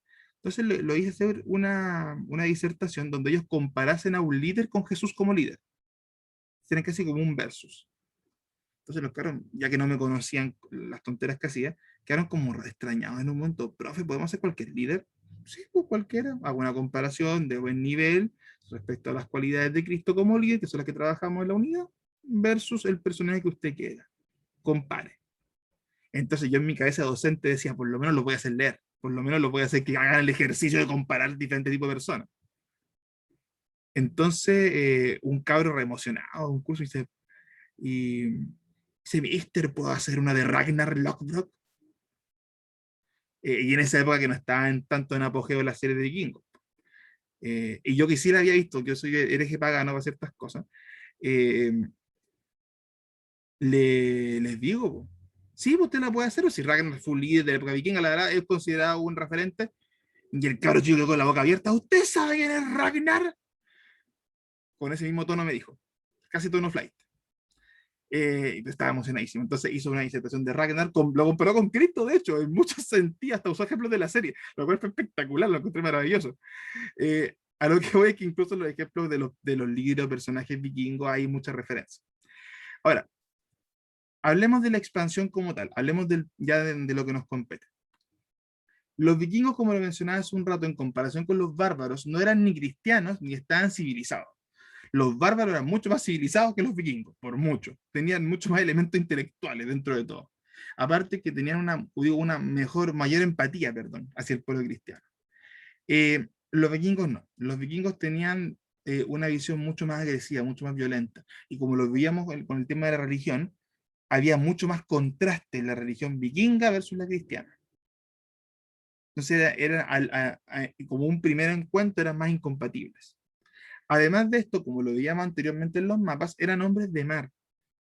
Por ende, su estilo de combate, su estilo de abordaje era distinto. Con los bárbaros nos veníamos encontrando desde los choques en las fronteras romanas. Era más fácil tener comunicación. Con los vikingos no, venían, saqueaban, dejaban la crema, se devolvían, venían, saqueaban, y entonces era hasta una comunicación más difícil con los vikingos. Ahora, más encima, ¿qué fue lo que pasó? Y esto generó también un choque inicial. Los primeros ataques de los vikingos, en su estilo de ir, saquear y volver, fue hacia centros cristianos. Si ustedes recordarán, lo vimos en la clase pasada, Carlomagno se preocupó de generar centros de misioneros. Y lo veíamos al final. ¿Qué pasó? Esos centros misioneros de Carlomagno fueron los primeros puntos de ataque de los vikingos. ¿Por qué? No eran centros militares, habían reliquias, tesoros, había cosas que eran de material precioso. Te recordarán que ya a esa altura la iglesia ya tenía esta cosita del gustito, la joyita, la reliquia, la cosita. Entonces, ir a saquear un centro cristiano con gente que no iba a poner mucha resistencia, era fácil. Incluso hay relatos de ciertos centros misioneros como el de Lindisfarne, que fueron atacados casi 10 veces. Como en Chile, cuando los negocios están de caseros, los delincuentes acá es lo mismo, estaban de caseros. Porque justamente era una forma fácil de los vikingos para establecer o tener un botín rápido. Entonces, lugares como Lindisfarne, como les mencionaba, o Iona, que lo habíamos mencionado en la clase pasada como una de las bases referentes de uno de Wilfrido de Iona, que fueron de los misioneros más importantes de la época anterior, fueron puntos de ataque muy importantes. Entonces, esta expansión se hizo compleja en esta primera etapa por la brutalidad de los vikingos, por su estilo de combate, por su estilo de agresión, y también por la visión irrespetuosa que estos tenían hacia la fe cristiana. Entonces era casi como un logro. Ahora, perdón. totalmente opuesto a los pueblos vándalos, como los visigodos o los vándalos como tal, quienes perdonaban las iglesias, como lo habíamos visto en el periodo anterior, que eran respetuosos hacia la fe cristiana. Los vikingos no, al revés, como que los atraía los centros de misiones educacionales, escuelas, monasterios, por lo que yo les decía, eran centros poco resguardados, había tesoro, había reliquia, había donde sacar cosas, pero además de eso se deleitaban con la quema de iglesias, con la quema de sacerdotes, con la muerte de ellos. Se deleitaban con pasar espada a lo que estuviese vivo. Insisto, la mitología vikinga enaltece la guerra, enaltece la agresión, enaltece la batalla. En muchas ocasiones sí, ciertos monjes son tomados como esclavos, son vendidos, etc. Pero en general eran los menos, la mayoría terminaban muertos en los saqueos. En esta primera era vikinga, llama el primer tercio de este periodo, los vikingos tuvieron toda la ventaja, voy a decirlo así. Y los cristianos en gran medida tuvieron que verse resignados a recibir el ataque. No hubo una, comillas, contraofensiva de forma directa. Fue una acción súper, digámosle, sorpresiva, agresiva y efectiva. Antes de pasar a la frase, perdón. Con esto no quiero decir que la iglesia nunca intentó misionar ni nada. Llamémosle que fue un primer periodo de golpe, pero posterior a esto vemos que la estrategia de la iglesia y también de los reinos que están asociados a la misma, Inglaterra específicamente, o sea, lo que serían los francos, los ingleses también, ya tuvieron una estrategia distinta sobre cómo abordar el tema de los vikingos. Ahora, voy con una frasecita de un antropólogo llamado Christopher Dawson, que dice lo siguiente: los nórdicos no cesan de matar y llevar en cautividad a los cristianos, de destruir las iglesias y de quemar los pueblos. Por doquier no se ve otra cosa que cuerpos muertos, tanto de clérigos como laicos, nobles y gente común, mujeres y niños. No existe ningún camino o lugar en que la tierra no esté cubierta de cuerpos. Vivimos en aflicción y angustia ante el espectáculo de la destrucción de gente cristiana. Este antropólogo que rescata relatos de la época, narra cómo es el panorama que él reconstruye. Un panorama que en este primer encuentro, en este primer momento, es brutal para los cristianos. Porque, insisto, los vikingos no tienen ningún tipo de respeto, no tienen ningún tipo de sentido común hacia mujeres, niños, como se menciona. Sino que, nuevamente, son guerreros diseñados, voy a decirlo así en comillas, para la batalla. De hecho, una de las leyendas vikingas más no sé más importantes, pero una de las más conocidas, es la leyenda de los berserker, que eran estas figuras que perdían toda noción de humanidad, eran guerreros, perdón, que perdían toda noción de humanidad para convertirse en asesinos brutales. Y cómo estos seres eran infundidos por el poder de los dioses para convertirse en seres sin alma. Máquinas literalmente de asesinato. Entonces era una cosa tremendamente puesta en su mitología la figura de la guerra y la violencia. Una vez más, cuando los cristianos no hacían nada por alcanzarlos, los pueblos paganos vinieron a donde ellos se encontraban. Y aquí podemos entrar en una reflexión un poquito parecida al periodo anterior. Los bárbaros tuvieron un avance muy importante hacia Roma porque la iglesia no fue proactiva. La iglesia, digámosle, romana, independiente de cristianos misioneros que se movieron y que de hecho fueron, yo creo que la obra de misericordia de Dios, pero la iglesia como institución principal no se mueve de forma proactiva ni con los bárbaros ni con los vikingos. Los vikingos de hecho pasan mucho tiempo sin que haya una reacción concreta de la iglesia. Por eso mencionamos de que en este primer momento se resignaron nomás a recibir ataques. Pero fue pasado un tiempo cuando ya encontramos que la iglesia comienza a tener una respuesta recién. Comienza a instalar puestos de avanzada en la parte norte de Europa, comienza a aliarse nuevamente para los temas militares, pero después de un buen rato. O sea, volvemos a repetir lo mismo. La iglesia se comenzó a quedar tranquilita, pero ya se estaba levantando otra amenaza que fue mucho más violenta que los bárbaros. Ahora, cuando hablamos ya de estrategias respecto a que se usaron en la época para llevar la palabra, encontramos por lo menos 5 elementos que son interesantes para mencionar. ¿Ya? ¿Qué horas son? Ya. Terminamos con este power y vamos a hacer una pausa, pero vamos a terminar con esta parte. Primer punto. Ya. Primer punto. Los misioneros francos y anglosajones que iniciaron el proceso de cristianización. Como les decía, ya desde la parte más inglesa, de la parte franca, comenzaban a hacerse movimientos hacia Europa del Norte. Nuevamente, a hacer establecimientos de centros misioneros para el territorio de ellos. Ya no dejar que los vikingos viniesen y hiciesen lo que quisiesen, sino comenzar a avanzar en dirección hacia allá. Y vamos a ver después algunos ejemplos de algunos misioneros claves de la época. Segundo, la sede de Hamburgo-Bremen, que la voy a mostrar un rato más, en la que Roma asignó formalmente la tarea de misionera de Escandinavia. Y acá hay un elemento distinto a la época de los bárbaros, que mejora.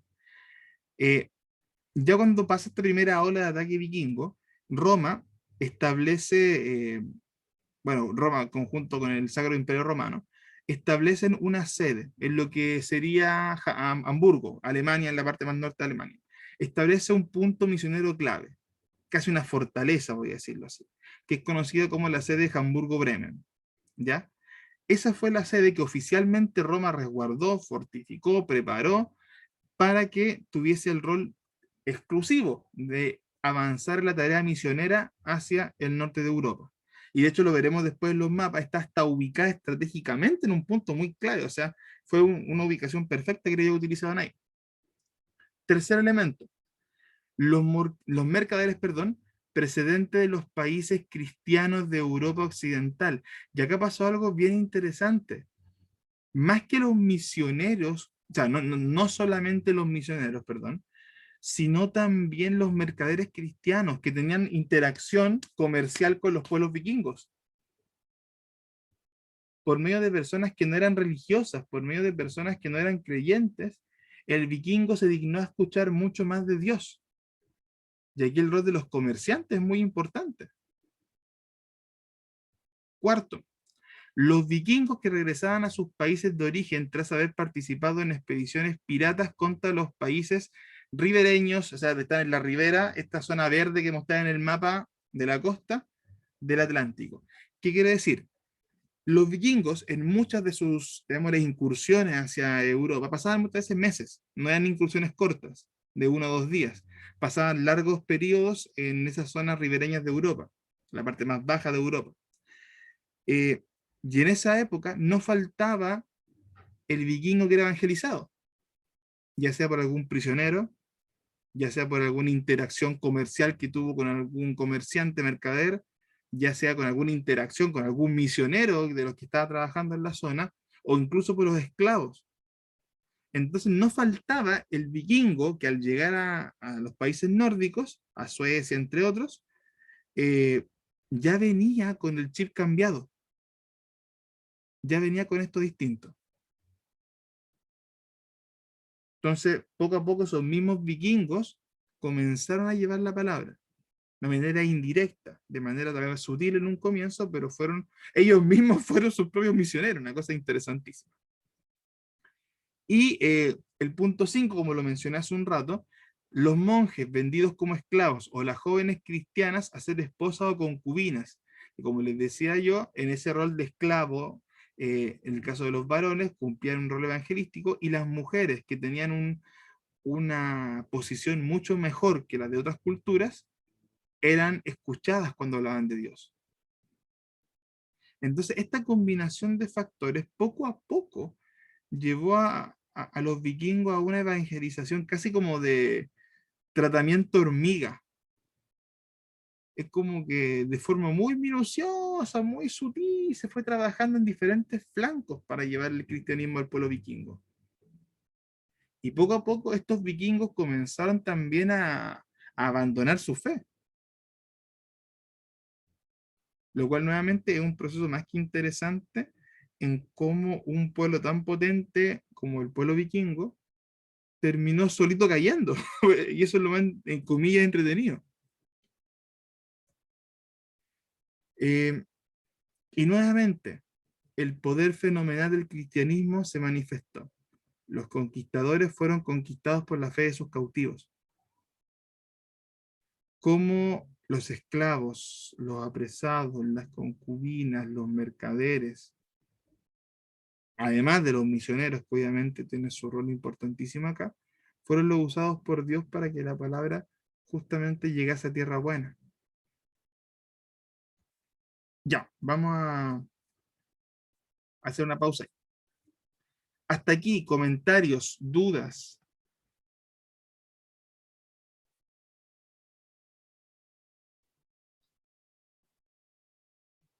Por si acaso no vi el final de Vikingo, no sé cómo terminó la serie. Me aburrió. Pasando el dato. Ya, ¿un pregunta, comentario antes de terminar? Se ¿Pablo? puso fome después. Se Mira, eso es puso lo fome mismo. después la serie. Sí, ya los últimos capítulos eran fome. Murió No, Ragnar y claro, terminó la serie. yo igual la vi hasta que murió Ragnar. Ahí se me acabó la serie. Y todo el team pagano. Se acabó. Ay, no vieron cómo se perdió Loki, po. Ahí la embarraron. No he visto, así que no tengo idea qué pasó con... No, no era Loki, era Froki. El Froki Me sí, estás hablando de Vikingo. era loquillo. Oigan, ya. Ya, hermano, vamos a Pero hacer... Ah, perdón, se termina, mete a una termina. cueva, oye, Pato, se mete a una cueva y se encuentra, quería hacer su propio clan vikingo, Ya. se mete a una cueva, así estaba, y de repente se le aparece la cruz, una cruz, una Cristiana. luz, un ¿Ya? derrumbe. ¿Y se murió? Bueno, no te voy a spoilear el final. Ni dicen esas cosas. Ya, pero ok. Bueno, aparte que Froki sea sacerdote al final de Vikingo. Con eso ahí termino de decepcionarme. Ya. Estimado, entonces, vamos a hacer una pausa. En mi reloj son las 9:15. 10 minutitos no más para que hagamos un cafecito rápido, ni del baño. 9:25 más o menos estamos comenzando. 10 minutos. Para que alcancemos a terminar el periodo vikingo, ojalá, hoy día. Y dejamos cerradito para empezar, si no es hoy día, la otra semana, al tiro con el periodo sarraceno o musulmán. Y para que vayamos ganando un poco de tiempo. ¿Ok? Entonces, 10 minutos. Déjame parar la grabación pausada. El otro día andaba abrigado porque estaba medio enfermo, entonces ahí sí que estaba con todo encima como primer hijo. Pero no, normalmente casi no me abrigo, soy re poco friolento. Aparte que le he agarrado amor a estas camisas. Eh, Antes no me gustaban, ahora me encantan las camisas así como coloridas y todo. La uso para consulta, la gente se ríe, es bacán. Como no, estoy súper triste, oh, qué buena la camisa. Y llevo un elemento terapéutico súper interesante. Ya, vamos entonces a comenzar donde nos quedamos.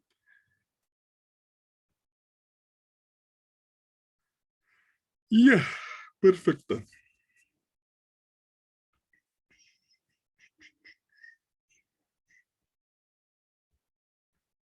Ya, ok, vamos a regresar un poquito.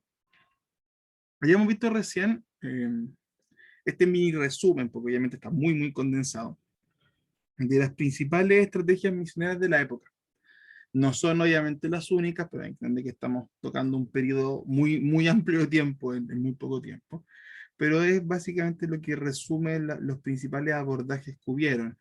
Directamente los misioneros, la sede de Hamburgo-Bremen, que voy a hablar de ella en un rato más, los mercaderes como foco también de que se llevaba la palabra de un rincón para otro, los vikingos mismos que llegaban pseudo evangelizados de vuelta a sus tierras, y por último los prisioneros de guerra, voy a decirlo así. Veo el chat. Está hablando del tema del PIDEA, ¿verdad? Y vi el mensaje por interno. Y como cerramos el bloque anterior, al final de cuentas el cristianismo se manifestó de las maneras más increíbles. En este caso, por los conquistados, los presos, los que fueron violentados, los que en algún momento fueron atacados, fueron los que llevaron la palabra. A pesar de la devastación que hubo a causa del pueblo vikingo, cuando uno ve los números más o menos racionalmente, no fue tan brutal como uno hubiese pensado. Los vikingos, a pesar de que tuvieron avance, de que tuvieron, especialmente en su primera oleada, tuvieron mucho impacto, no es siquiera cercano a hablar de una victoria del paganismo. Los vikingos, como digo, tuvieron esos primeros acercamientos, pero nunca fueron una amenaza, voy a decirlo así, grande a los principales imperios. No, se mantuvieron principalmente como una amenaza en la zona de las riberas, de las costas. Algunos ejemplos puntuales, los nórdicos que desembarcaron en el continente bajo el mando de Rolo, que son los suecos principalmente, se convierten al cristianismo. De hecho, vuelvo al punto de la serie para que pueda hacer los paralelismos. El personaje de Rolo, que te lo muestran como el hermano de Ragnar, en verdad sí se convierte al cristianismo. No como un hermano de Ragnar o con el contexto de la serie, pero termina siendo una persona que lleva la fe a su tierra. En el caso de los daneses, que se apoderaron en algún momento de un territorio cerca de Inglaterra, de una de las zonas de la isla arriba, también terminaron convirtiéndose al cristianismo. O sea, ahí la influencia inglesa, que era muy potente en la parte de la fe, también influenció a los daneses que rapidito se convirtieron a la fe cristiana.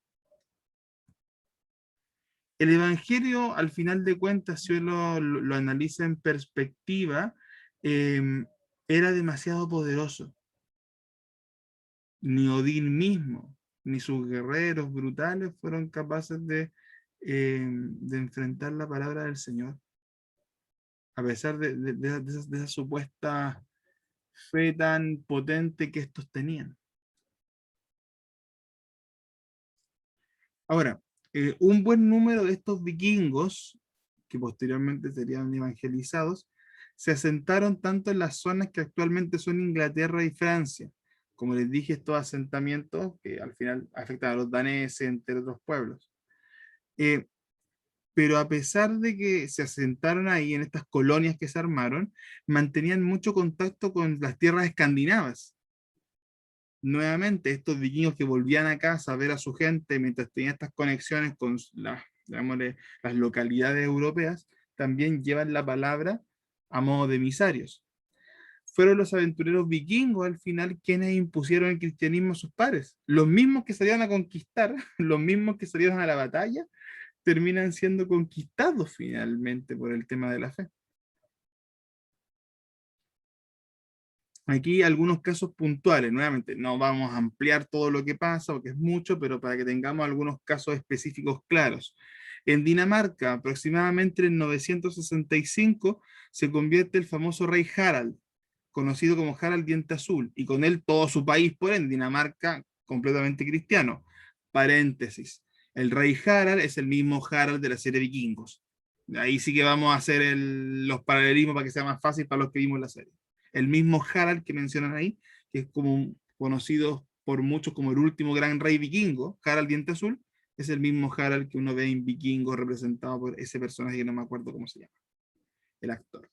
En Noruega tenemos el caso del rey Olaf, quien también, más o menos en una fecha similar a la de Harald, por el par de años de diferencia, también en Noruega termina imponiendo la religión cristiana. Él se convierte y de a poquito eso va hacia el resto de la comunidad.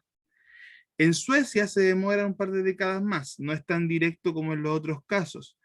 No está. Aquí también, cuando comenzó a reinar un rey que era creyente, el rey Olof, que no puedo pronunciar ese nombre, o sea, ese apellido, perdón, pero a pesar de Olof, que era un rey cristiano, Suecia fue uno de los países que más puso resistencia a la fe cristiana. Todavía hubo mucha fuerza pagana. En el caso de Islandia, la transición al cristianismo se realizó de forma más o menos pacífica, no hubo tanta violencia como en el caso de Suecia, e incluso con Olaf, que también hubo cierta resistencia. Pero en el caso de Islandia fue más bien tranquila, fue más bien piolita. Bueno, acá está, perdón, ahí está. En el caso de Islandia no hubo un rey que dictaminase, sino que fue más bien la corte de Altinget, que es para muchos la corte más antigua de Europa, el parlamento más antiguo. Entonces, Islandia funcionaba con algo muy similar a un congreso.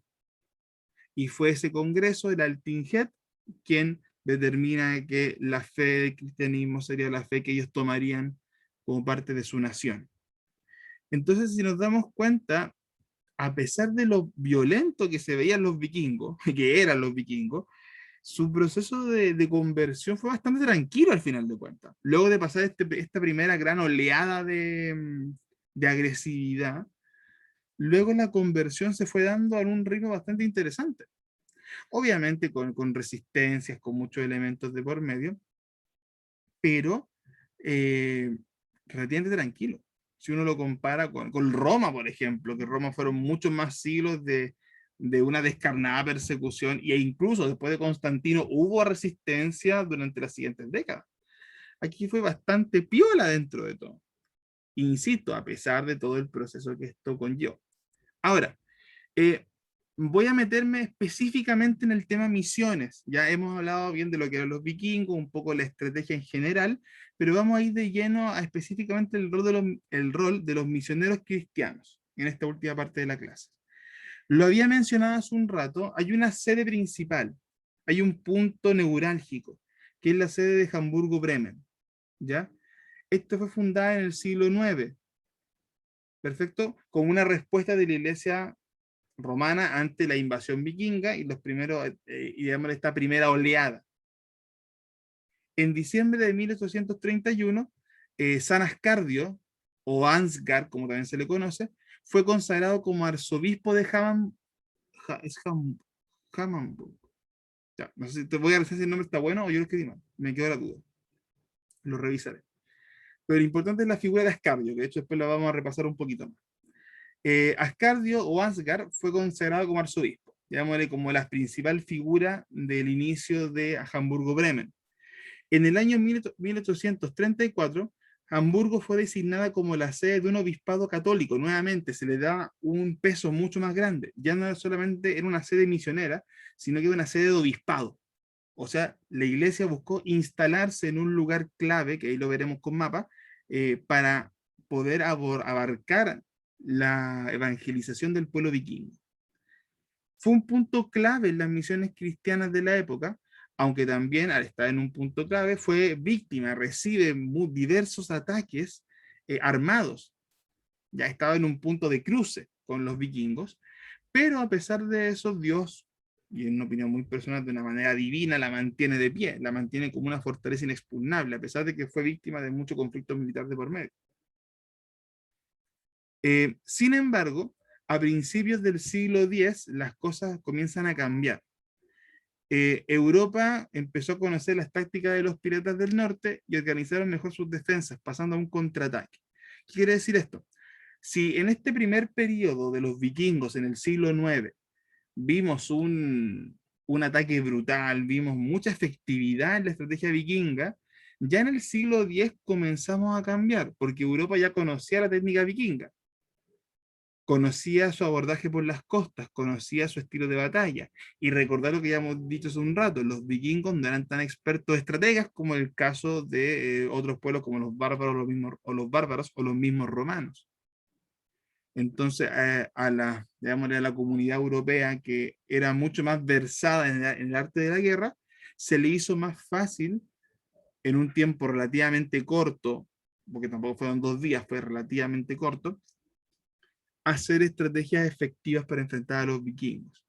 Ya desde el año 1934, cuando ya la fuerza vikinga había disminuido, porque recordemos que ya teníamos acercamiento a la fe cristiana, aún no estaba convertida Dinamarca, que fue el primer, llamarle como la primera fortaleza que cae, pero aún así ya había un mayor acercamiento a la fe cristiana. Y el hecho que definitivamente abrió las puertas del cristianismo, en general en la parte norte de Europa, y específicamente en Dinamarca, es la conversión de este famoso rey Harald Diente Azul, que yo les comentaba hace un rato, hacia el 965 después de Cristo. Este fue el punto, llamémosle, de quiebre en la relación de los vikingos y el cristianismo. Después del rey Harald, todo lo que viene hacia abajo, ya podríamos decir que es una victoria de la fe cristiana, que se fue dando gradualmente. Ya, aquí usted está viendo en este momento Alemania, ¿ya? Aquí en amarillo. En la parte que de arriba, que está marcada con este círculo, va a encontrar dos lugares claves, Bremen y Hamburgo. En esta zona, específicamente cerca de este cruce que se ve acá arriba, es donde se instala Hamburgo-Bremen. ¿Por qué es tan importante estratégicamente este lugar? Y eso lo vamos a ver con un mapita un poquito más grande. Es súper clave porque se encuentra en la frontera, voy a decirlo así, entre Alemania, que en ese momento era parte del Sacro Imperio Romano, Otón I, y Dinamarca, tierra del rey Harald Diente Azul. Y también una de las fronteras terrestres más importantes de lo que conectaba el norte de Europa a las tierras vikingas. A pesar de que sabemos que eran hombres de mar, que se movían más por ese método, pero aún así era un punto fronterizo clave. Por eso que fue tan atacado Hamburgo-Bremen, por eso es que Dinamarca fue, digamos, el primer país que recibe el cristianismo como fe oficial, porque fue el choque directo que hubo entre esta sede y los países nórdicos, para que vean la importancia que tuvo ese lugar.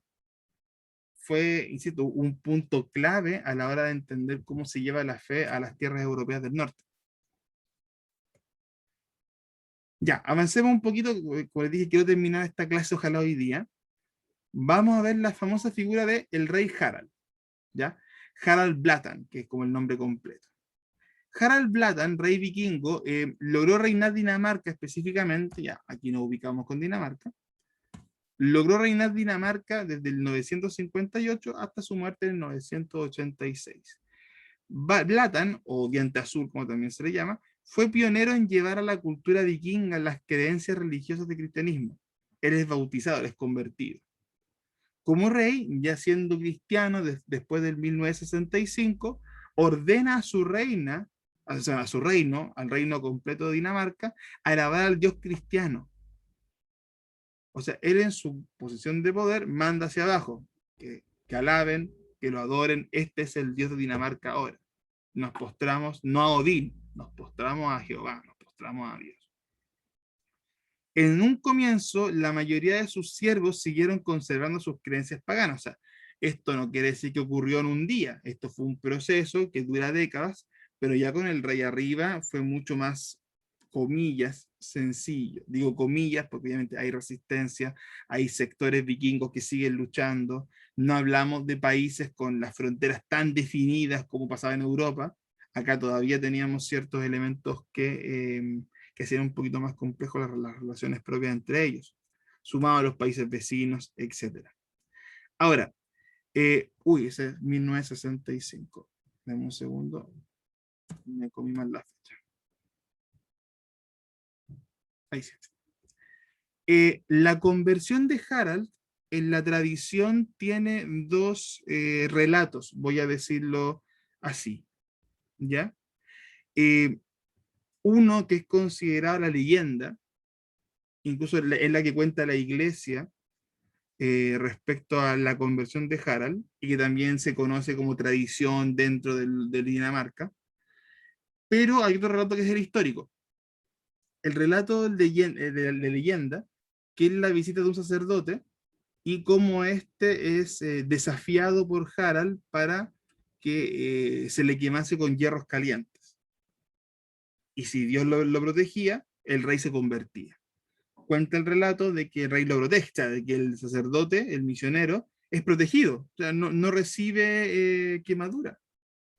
Entonces, por lo cual es en esa apuesta que se hace, termina siendo vencedor el cristiano y el rey se convierte. Luego hay un relato histórico, que es más bien enfocado a los eventos políticos de la época. El relato histórico habla, de hecho que ocurre, porque habían batallas entre, vuelvo acá, Otón I, Sacro Imperio Romano, Alemania y Dinamarca. Ese conflicto estaba. El relato histórico habla de que después de la derrota de Harald, o sea, de parte del Sacro Imperio Romano, Otón I le ofreció conservar su vida y su reino, o sea, que él siguiese reinando si éste se convertía. Según el relato histórico, Harald se convierte después de eso, y de ahí viene todo lo que decíamos hace un rato, que ordena a su reino que inicie su conversión. Ahora, el hecho concreto, o lo que podemos ir rescatando de esto, es que sí hubo un sincretismo entre entre los relatos de la leyenda, el histórico, e incluso Harald, como era común en la época, mantuvo un relato histórico respecto a, perdón, mantuvo una similitud histórica, perdón, un relato, a cómo pasaba con otros pueblos, que hacían un poco el sincretismo religioso de su fe y las tradiciones vikingas de la época. Y esa es la mezcla que siempre se encuentra en estos casos entre leyenda, fe y símbolos. Por ejemplo, en la segunda imagen que usted ve acá, ¿me puede indicar qué es lo que ve? Vamos a hacer un juego. ¿Qué es lo que está viendo? La segunda imagen, la que estoy marcando.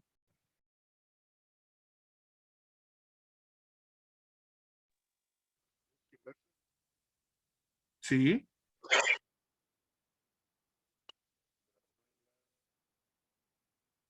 Una cruz invertida, dice María Antonieta, gracias. Algo con cuernos también. Algo con cuernos ya. Sí, Es como un perro, ¿no? esta es más ornamentada, pero sí. Es como un perro. Exacto, me viene un tipo de reptil, pero te digo, esto es más el ornamento. Pero como decía María Antonieta, es una cruz invertida. Ahora, explico, ¿por qué el tema este del sincretismo?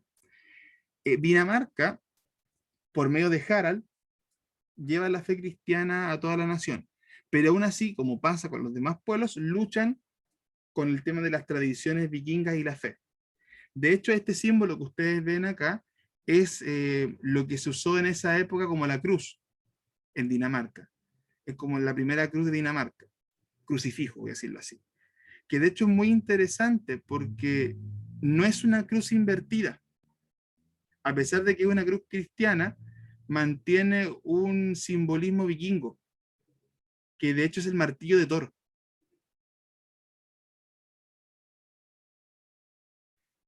Por eso es que la figura está como si tuviese un mango arriba y la cruz está ubicada al revés.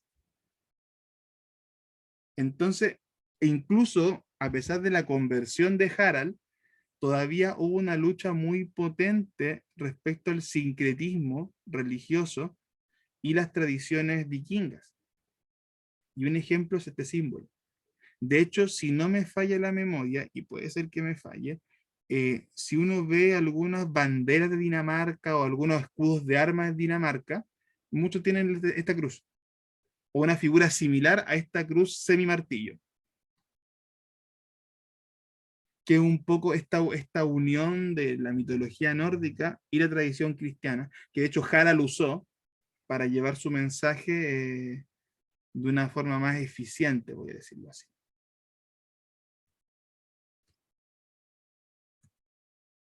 Ah, mira, este es un paréntesis muy estúpido, pero que lo busqué mientras hacía la clase. Y ya que habíamos hartos paganos que vimos vikingos, va a servir. El siguiente personaje que es relevante en este relato es San Ascardio, o Ansgar, o Ascardio, o Oscar, tiene un montón de nombres, el caballero, que fue este principal misionero obispo que fue puesto en Hamburgo-Bremen. Paréntesis. En la serie Vikingos, y por eso puse esta imagen, hay un capítulo, no me acuerdo cuándo, pero creo que fue la primera o la segunda temporada, ahí los fanáticos me van a decir que sí, donde el relato o la leyenda del hierro caliente se reproduce. Cuando le mandan a un misionero cristiano que haga lo mismo. Pero la diferencia es que este tipo se quema y lo terminan matando. Paréntesis anecdótico, doble. La serie tomó el relato de la leyenda de Harald, y lo adaptó a su contexto y y a la historia que estos querían contar. Pero el relato de ese capítulo está basado en la leyenda de Harald Diente Azul, y cómo por medio de este evento Harald se habría convertido. Paréntesis, detalle 1. Detalle 2, porque su profesor es ñoño y es obsesivo compulsivo. El nombre de este personaje, cuando uno lo busca en la Wikipedia de vikingos, es Ascardio o Ansgar. O sea, la serie hizo algo bien interesante, un juego, entre comillas, de poner el nombre del principal misionero de la época como esta persona que muere martirizada por la fe. Doble detalle. Cierro paréntesis. Gracias después a los que agradecen las tonterías que uno busca. Listo. Cerramos el paréntesis ñoño. Ascardio. Ascardio, de hecho, es sin lugar a duda una de las principales figuras respecto a lo que son misiones en la época. Como les dije, tiene muchas formas en que se le llama. Yo principalmente lo encontré como Ascardio o como Ansgar. En resumen, quitando el nombre que ocupamos. Fue un obispo y misionero europeo, ¿ya? El primer arzobispo de Hamburgo, ya habíamos hablado un poco de la sede de Hamburgo-Bremen y cómo ésta se convirtió de una sede misionera a un obispado, o sea, subió de categoría rápidamente. Y para los católicos, Ascardio es el patrón de Escandinavia, también relacionado con su vínculo con las tierras nórdicas. Ascardio comenzó una misión religiosa en todos los países escandinavos. Un poco ya les comentaba esta estrategia, desde los francos, los ingleses y los alemanes, hacia arriba, hacia el norte. Además de ser nombrado arzobispo de Hamburgo en el 831.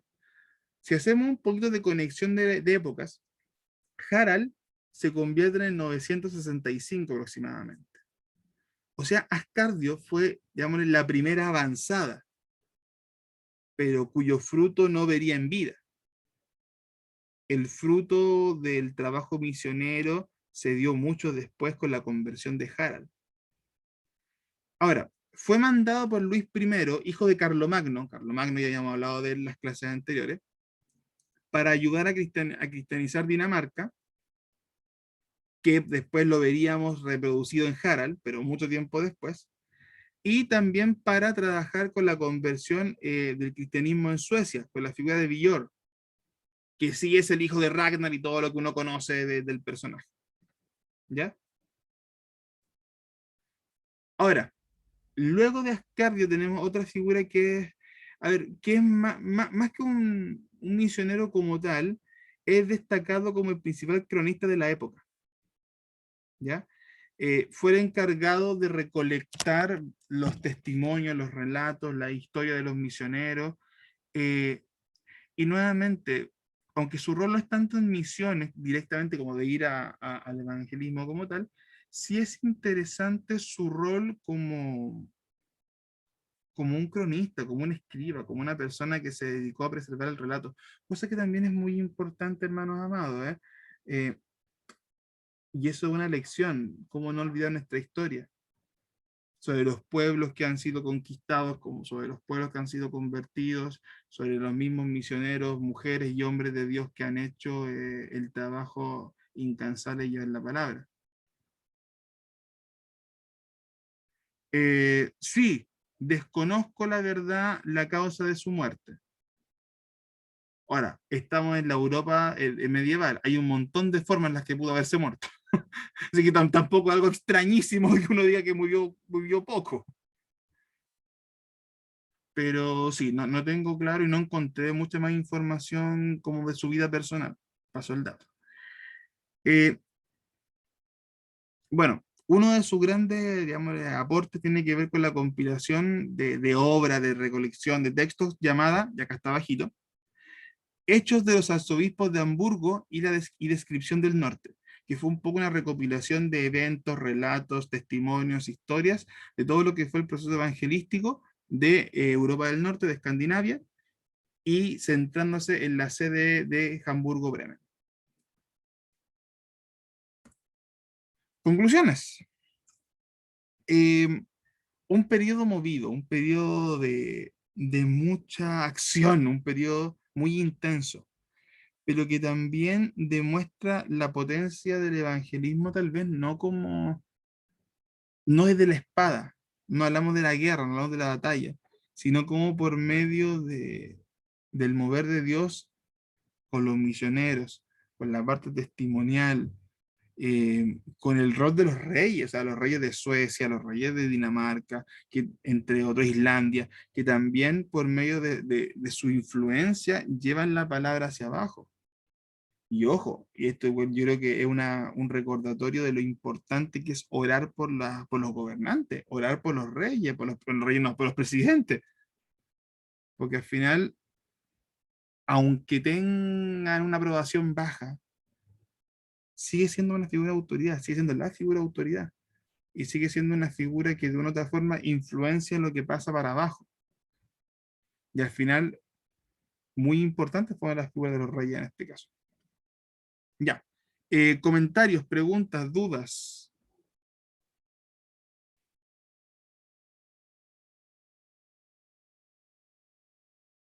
¿No? Ya. Para los que no hemos visto, ¿la recomiendo o no la recomiendo? Pero, ¿qué se pregunta? Que repite la pregunta, por favor. Para los que no hemos visto la serie Vikingo, la recomiendo, ¿no? Porque nunca me llamó la atención tanta mitología. Todos hablan de Vikingo, pero no me llamó nunca la atención. Es que yo no la vi completa, pues yo la vi cuando se puso mala. Pero, mira, a ver, yo creo que este va a ser un tema interesante para abordar. Aquí vamos a hablar un poquito en serio.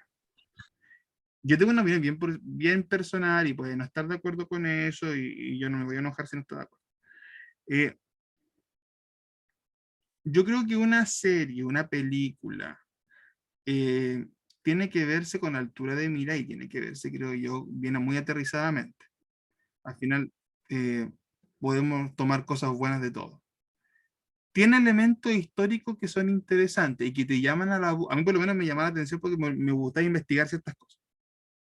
A mí me gustaba eso, que más allá de las series fuera buena o mala, entretenida, intrigante o no, me llamaba la atención porque me servía como para rescatar.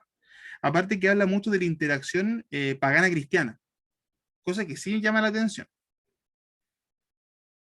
Tiene sus momentos fuertes en batalla, tiene sus momentos fuertes en el amor, tiene sus momentos fuertes en muchas cosas. Así que si eres de una persona que no le gusta mucho ver eso, no la veas porque tiene mucho. No sé cómo seguirá después, pero por lo menos en un inicio lo tiene. Pero si uno tiene cierta altura de mira y capacidad de analizar ciertas cosas, llama la atención. Ahora, yo aquí soy súper claro, yo creo que el Señor nos demanda ciertas cosas. El Señor te dice, ¿sabes qué? No, porque no está haciendo de bendición, córtalo. No le des mucho más espacio. Pero yo insisto, yo soy mucho de reflexionar sobre esas cosas, más que nada con uso personal de entretención o también para aprendizaje. Yo soy bien abierto. Hay cosas que no veo porque me digo una oportunidad y no, pum, pum, corte. Otras que le doy un poquito de chance nuevamente porque algo puedo sacar. Oye, Ya. Patricia, Sí, Luz, por favor. nosotros la vimos. No es para solteros, Me pone disculpa. Claudio, como pone. Sí, la vimos completa y claro, tiene escenas súper fuertes. De hecho, después estábamos como un poco, o sea, la vimos en muy poco tiempo. Ah, ya, ok. Y Maratón, se llama eso. sí, hicimos un maratón. Pero después de ver la serie completa, como que tuvimos que desintoxicarnos, porque de verdad, porque ya creo que de repente no es bueno. No es bueno, hay algunas cosas que afectan y tuvimos que ver después otra serie que era muy, muy livianita. Vimos New Amsterdam, Ya, ok. Es que que era de otro. claro, es que por lo mismo yo digo, yo creo que hay que tener mucha altura de miras porque hay contenidos que son interesantes. ¿Y qué te podría decir? Son hasta, ay, ¿cómo lo puedo explicar? Son hasta necesarios, creo yo, tocar. En mi caso, bueno, yo trabajaba en educación y sigo trabajando con gente por consulta, o sea, sigo teniendo interacción con gente y me sirve mucho estar actualizado con ciertos contenidos o temas. Entonces, a veces me pasa que cuando hay una serie que se está hablando mucho o es muy actual, yo me doy la vuelta y la veo un poquito. Si me gusta, la voy a seguir viendo, si no, pero por lo menos para cachar un poquito de qué hablo. Pero sí, hay que tener cuidado, porque si no pasa eso lo que dice Luke, que uno como que termina intoxicado con ciertas cosas y hay que darle un poquito de respiro. Entonces yo creo que depende mucho de la sensibilidad de ciertos temas. Para mí me aburrió, nuevamente. No es ni cercano a la mejor serie. Es interesante, entretenida, pero hay que tener esa altura de mira. Porque sí toca temas que pueden ser chocantes y que tienes que darle una segunda, una tercera vuelta para analizarlo. Y eso pasa con películas, pasa con todo. Hay que, por lo mismo, no es un tema que uno pueda tener una sola respuesta. Sí, Y hay que tener harto ojo porque puede afectar la vida espiritual, o sea, sí, pues eso. sí, eso es más que nada, o sea, puede afectar nuestra vida espiritual y hay que tener mucho, como dices tú, altura de mira. Sí, totalmente. Porque es una serie que, dentro de su parte más interesante, que a mí lo que más me interesa era el choque cristiano-pagano. Y también con un abordaje muy pagano, obviamente, no es cristiano, pero que son elementos que para mí, nuevamente, a mí sí me interesa para discutir. Oye, acá Claudio se las vio todas. Acá Claudio tiene ahí ¿cómo se dice? Un checklist de series. Sí, de hecho, Espartaco igual la vi. Y sí, cumple un poquito como el mismo sentido, el choque de cultura, el choque de fe, de religión, etc. Y nuevamente hay mucho material que uno puede entrar a discutir o a conversar, o por lo menos para tener puntos de referencia. Yo, por ejemplo, yo les contaba la otra vez, po, a mí una de las cosas que más me marcó cuando no era cristiano fue esta famosa película de La Última Tentación de Cristo, que en mi época no cristiana la vi, la busqué ahí porque era prohibida, yo no era tonto y buscar las cosas prohibidas para verla. Es fuertísima para un cristiano como verla y entiendo entiendo todo el show que provocó, pero la encuentro una película interesantísima para análisis y que de hecho plantea un par de preguntas teológicas muy buenísimas. Entonces hay ciertas cosas que creo yo que hay que verlas con mucha madurez, que no son para todo el mundo, eso sí, y que si no si no te traen edificación, no le des ni oportunidad, no la veas simplemente. Eso va para todo, libros, películas, series, canciones, todo. Hay cosas que son más evidentes que otras, pero cosas que a veces hay que darle esa segunda o tercera revisión. Ya, hermanos, me quedan 10 minutos para hacer un poco la introducción de esta clase. Es la clase número 8. Esta no se la he mandado, se la voy a mandar ahora. Solamente quiero hacer un poco la introducción para conectar las ideas, nada más que eso. Y después vamos a cerrar. Clase número 8 que corresponde... Uy, ¿qué pasa? Está pegado. Que corresponde al periodo de los sarracenos o los musulmanes. Aquí ya nos estamos encontrando desde el año 1200 después de Cristo hasta aproximadamente el 1600. Un poco más, un poco menos, pero usted ya me entiende a esta altura de los aproximados.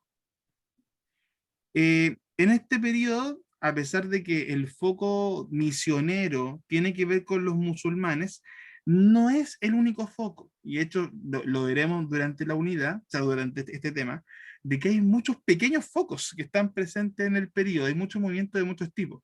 Porque aparte de eso, es este periodo el que senta las bases para la reforma. No las senta, pero el que termina de juntar las piezas para la reforma. Entonces, eso igual afecta de una u otra forma el tema misionero. Porque desde la invasión vikinga, que teníamos, digámosle, un alza, ya aquí comienza un debacle. No solamente en lo espiritual, que ya lo hemos conversado en los cursos anteriores, porque la iglesia no está en una condición óptima, y aquí ya estábamos con el periodo más crítico, más negro. Aparte de eso, se grafican estas alianzas políticas que la iglesia hace, que terminan jugándole muy en contra. Se grafican las cruzadas, que como lo hablamos en su momento en historia, fue un desastre a nivel político, a nivel militar y a nivel espiritual. Porque dentro de los muchos pseudo objetivos que habían metido en las cruzadas era evangelizar a los musulmanes. Y que fue un desastre, porque más que evangelizar a los musulmanes, acá se generó una herida, un corte en la relación Oriente-Occidente, y una herida que para muchos aún no sana respecto a la relación cristianismo y el pueblo de Oriente. Entonces es un periodo muy complejo por todas estas cosas que pasan. Hay momentos de luz, hay personas que hacen un trabajo maravilloso. Ahí tocaremos el caso de algunas personas clave. Hay momentos históricos muy importantes, aparte de las cruzadas que lo repasaremos desde esa perspectiva, desde la perspectiva misionera. Uy, no sé qué te deja el micrófono abierto, tenga cuidado porque me está sonando de fondo. Y también tocaremos otro tema que no habíamos visto en otras ocasiones, que es la influencia, perdón, de la peste negra.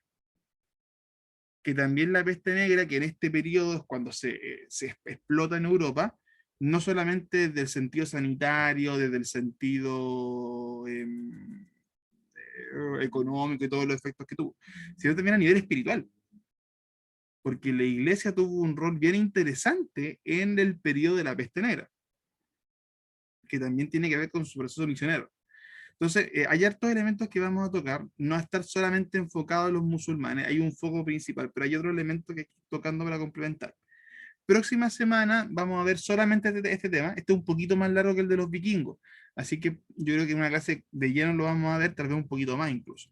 Y ya después de eso nos queda solamente esta última sección que incluye todo, que incluye Reforma, el descubrimiento y conquista de América, el periodo de las misiones modernas, etc. Hay muchas de estas cosas que las mencionamos el año pasado en historia, así que este tema debería ser relativamente corto, que no voy a explayar todo lo que haya que explayar, sino que haremos algunas menciones de momentos y eventos clave.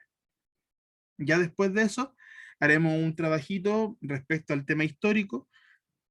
No he definido qué específicamente, pero probablemente haga algo tipo cuestionario, porque quiero dejar el trabajo del foro para la siguiente unidad, que es más bien algo más interactivo, que tiene que ver más bien con la actualidad. Entonces voy a dejar el foro para el siguiente trabajo, y probablemente haga algo tipo cuestionario, algo mucho más específico para este tema, para que igual estén atentos a las clases, a todo lo que hemos trabajado hasta ahora. Eso, voy a dejarlo hasta aquí porque si no, si empiezo a explicar me voy a alargar demasiado. Ya después la clase va a venir, todo eso. La voy a mandar, así que la van a poder tener a mano también durante la noche. Preguntas, dudas, consultas. Bueno, de aquí no lo haya mucho, pero no vimos nada. Entonces, cerramos con este punto. ¿Ya? Próxima semana corresponde el capítulo 9 del libro, para que no se pierdan. Hasta ahora lo que he revisado de los controles está súper bien, como les dije, son precisos, son cortos, no es un explayeo gigantesco, no. Preciso, conciso y en general lo que he visto es así. Entonces también para que no lo tomen como una presión extra, y se los reitero, la idea de los controles de lectura es justamente, uno, tener un momento de reflexión con el Señor, de oración, de aprendizaje del testimonio del misionero protagonista, y también un momento de discusión que estamos teniendo todas las clases que siempre me alegra la noche. ¿Ya? Entonces también para los controles tranquilos, los controles take it easy, livianito, porque más bien la experiencia y el trabajo que hacemos durante la lectura, que no lo hagan como un mini ensayo cada control, no es necesario, ¿ya? Es algo mucho más preciso y concreto. Eso. Y terminamos. Mi hermano René, si nos puede por favor guiar en oración.